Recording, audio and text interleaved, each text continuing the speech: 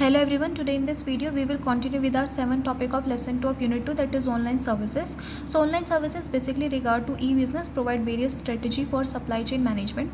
Supply chain management, I already told you in my last video that the process of transferring the goods from supplier to customer by a help of online website. So it covered in supply chain management. तो उसके अंदर सबसे पहले आता है e procurement. जैसा कि मैंने आपको बताया था कि पहले हम बात कर रहे थे ई कॉमर्स के बारे में, जहाँ पे हमें कस्टमर और सप्लायर के बीच के ट्रांजेक्शन की बात कर रहे थे। लेकिन ई प्रोक्योरमेंट के अंदर जब बिजनेस रॉ मटेरियल दूसरी फर्म से परचेज करता है with the help of internet, तो उसको हम ई प्रोक्योरमेंट कहते हैं।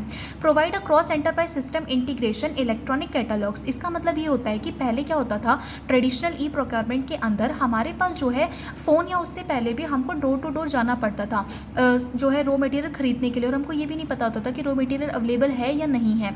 तो कहीं ना कहीं हमारी जो कॉस्ट थी वो वेस्ट हो जाती थी अगर रॉ मटेरियल वहाँ नहीं मिलता था। फिर फ़ोन आए, मैसेजेस होने लगे, लेकिन उसके बाद भी इतनी एफिशिएंसी नहीं बढ़ी। इसलिए फिर इंटरनेट और वेबसाइट मिली जहाँ पे कलेक्टिव इन्फॉर्मेशन आपको मिल जाएगी एक ही वेबसाइट पर, जो आपको सारी इन्फॉर्मेशन दे देगी आपके रॉ मटेरियल से रिलेटेड।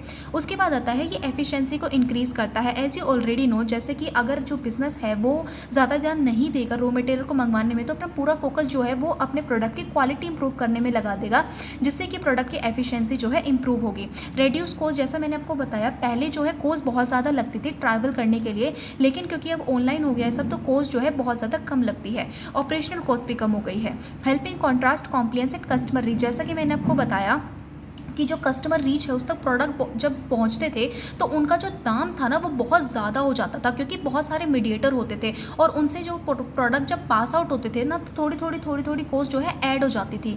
लेकिन अब क्या हो गया है, क्योंकि ऑनलाइन वेबसाइट है तो सिर्फ दो ही पार्टीज़ रहती हैं और सिर्फ बीच में एक इंटरनेट रहता है, उसके ज़रिए जो डायरेक्ट ट्रांजेक्शन हो जाती है, तो जो कॉस्ट है वो जो है कम लगती है, जिससे कि जो बिज़नेस है वो अपने सेलिंग प्राइस को कम रखता है और अच्छा प्रोडक्ट जो है कस्टमर तक पहुँचाता है, जिससे कि उसका प्रॉफिट मार्जिन भी अच्छा खासा आ जाता है। उसके बाद आता है e collaboration, provide a cross enterprise technology design interaction customer supply. इसका मतलब ये होता है कि पहले जो कंपनीज होती थी उनको अपने प्रोडक्ट की मार्केटिंग के लिए डोर टू डोर जाना पड़ता था, लेकिन अब क्या हो गया है कि वो अपने प्रोडक्ट को जो फेमस फेसेस है उनको दे देते हैं और कहते हैं कि आप हमारे प्रोडक्ट की मार्केटिंग कर दो और बदले में हम आपको जो है कैश देंगे, या फिर हम जो है आपको अपने पर्टिकुलर प्रोडक्ट पर डिस्काउंट देंगे पर्टिकुलर ईयर तक, राइट। तो ये जो चीज़ है ई कोलैबोरेशन की आजकल बहुत ज़्यादा फेमस है, क्योंकि यूट्यूब पर जितने भी प्रोडक्ट्स आप लोग देखते हैं उन सबकी जो है वो पेड होते हैं, राइट। तो ये जो चीज़ है ये आजकल कहीं ना कहीं बूस्टअप हो रही है, राइट। तो इसलिए जो बिज़नेस है उनके लिए फ़ायदे की बात है ये। इससे कस्टमर और सप्लायर के बीच का जो रिलेशन है वो भी अच्छा हो जाता है, क्योंकि जो कस्टमर है वो उन चैनल्स को बहुत ज़्यादा देखते हैं जो कि उनको कहीं ना कहीं अट्रैक्ट करते हैं, तो इससे उनके प्रोडक्ट की मार्केटिंग भी हो जाती है और उनको अच्छा खासा रिवेन्यू जनरेशन भी मिल जाती है। साइकिल टाइम भी जो है रिड्यूस हो जाता है, क्योंकि अब डोर टू डोर जाना नहीं पड़ता। और सिनर्जी रिव्यूज़ का सिंपल मतलब ये होता है कि अब पॉइंट टू ओरिजिन से पॉइंट ऑफ जो फाइनल रिजल्ट है, लेकिन कस्टमर तक जो प्रोडक्ट पहुँचाने की जो साइकिल है वो भी जो है कम हो जाती है, राइट। उसका भी साइकिल टाइम जो है रिड्यूस हो जाता है। गुड्स को रखने तक का जो एक प्रोसेस होता है और जो प्रोडक्ट को ट्रांसफ़र करने की जो प्रोसेस होता है वो ई कोलैबोरेशन से जो है बहुत ईजिली हो जाता है, राइट। अब हम बात करते हैं इंटीग्रेटेड प्लानिंग एंड मैन्युफैक्चरिंग की।